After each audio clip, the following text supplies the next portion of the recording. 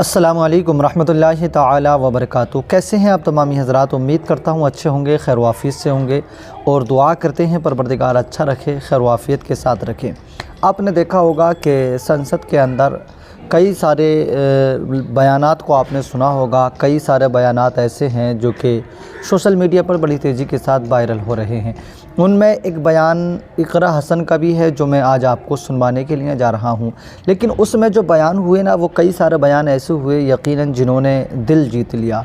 जैसे कि धर्मेंद्र यादव ने बयान दिया और बहुत अच्छा बयान दिया।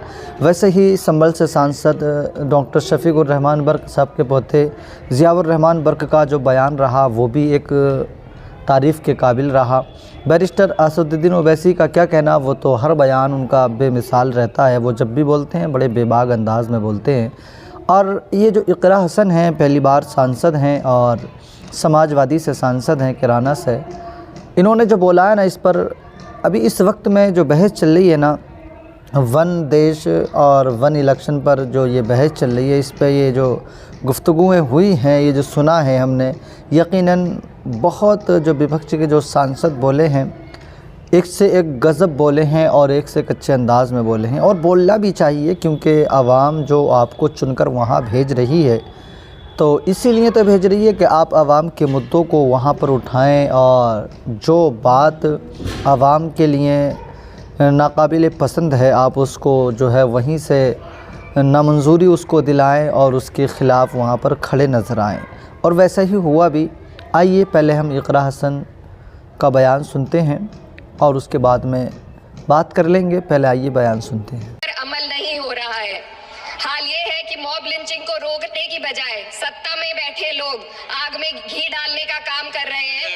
उनकी जुबान से ऐसी बातें निकलती हैं जो नफरत को और बढ़ावा देती है।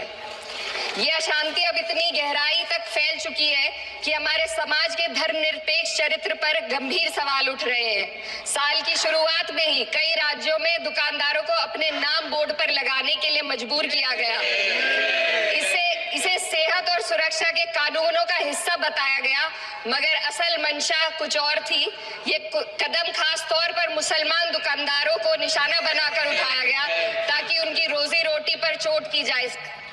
पिछले हफ्ते मुरादाबाद में एक मुस्लिम डॉक्टर को हिंदू बहुल्य मोहल्ले में घर खरीदने पर विरोध झेलना पड़ा। वजह बताई गई कि इससे मोहल्ले की सामाजिक शांति बिगड़ जाएगी। अब आप ही बताइए, क्या ये वजह सही है, जायज है? असल में ये छोटी बड़ी घटना इस बात का सबूत है कि सांप्रदायिकता को बढ़ावा देने वाले बयान और नीतियां हमारे समाज को अंदर से खोखला कर रही हैं। उत्तर प्रदेश में यति नरसिंहन ने बेहद घटिया बयान दिया, लेकिन सरकार इन बयानों पर कोई कार्रवाई नहीं कर रही।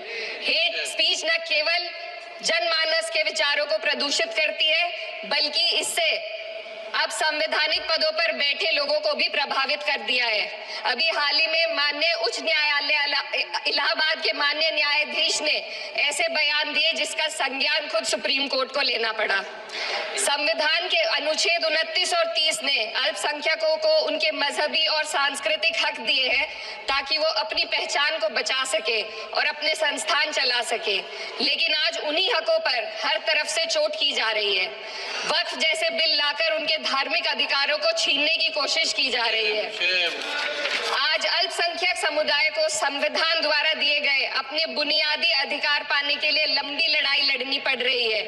ऐसे कई मामले अदालत ने न्याय देकर संविधान की रक्षा की है, लेकिन अदालती प्रक्रिया में जो समय लगता है उसकी वजह से देश के सामाजिक ताने बाने को भारी नुकसान उठाना पड़ता है। मिसाल के तौर पर इलाहाबाद हाई कोर्ट ने 2004 के मदरसा एक्ट को रद्द कर दिया था, जिससे मदरसों के संचालन पर सवाल उठे। हालांकि सुप्रीम कोर्ट ने बाद में इस फैसले को पलट दिया और एक्ट को वैध करार दिया, लेकिन इस प्रक्रिया में जो समय लगा उसने अल्पसंख्यकों को बेचैनी और संघर्ष के दौर में डाला है। इसी कड़ी में प्लेसेस ऑफ वर्शिप एक्ट 91 भी आता है और कई अन्य अधिकार, उन्हें भी इसी तरह अदालती लड़ाइयों में उलझाया जा रहा है। ये स्थिति न केवल अल्पसंख्यकों के अधिकारों की राह में रुकावट है, बल्कि justice delayed is justice denied जैसी कहावत को सिद्ध करती है। मैं इस सदन से दुनिया भर के अल्पसंख्यकों की आवाज उठाना चाहती हूँ, खास तौर पर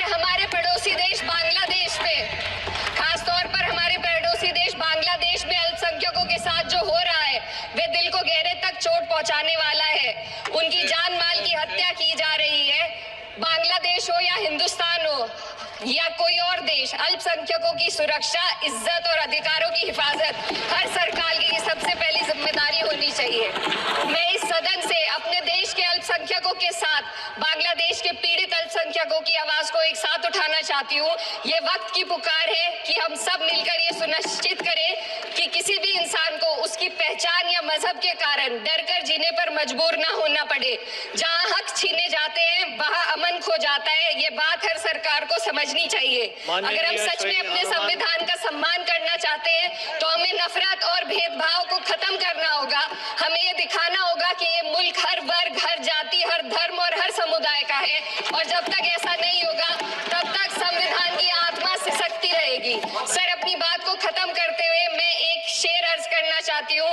ये दाग दाग उजाला, ये शब गजीदा शहर, वो इंतजार था जिसका ये वो शहर तो नहीं, लेकिन अगर इस सदन में बैठे हम सभी सदस्य ये ठान ले कि हमें संविधान के मूल्यों को लागू करना है और उसे लागू करने का प्रयास करें तो वह सुबह जरूर आएगी जिसके लिए लाखों भारतवासियों ने अपने जानों की कुर्बानी दी थी।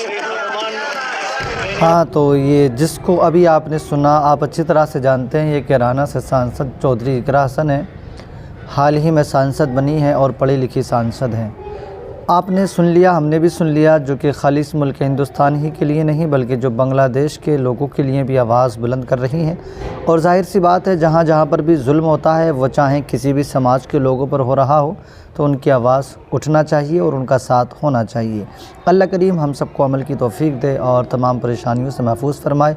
मुल्क हिंदुस्तान के अंदर अमन, चैन और सुकून अता फरमाए। आमीन। खुदा हाफिज़।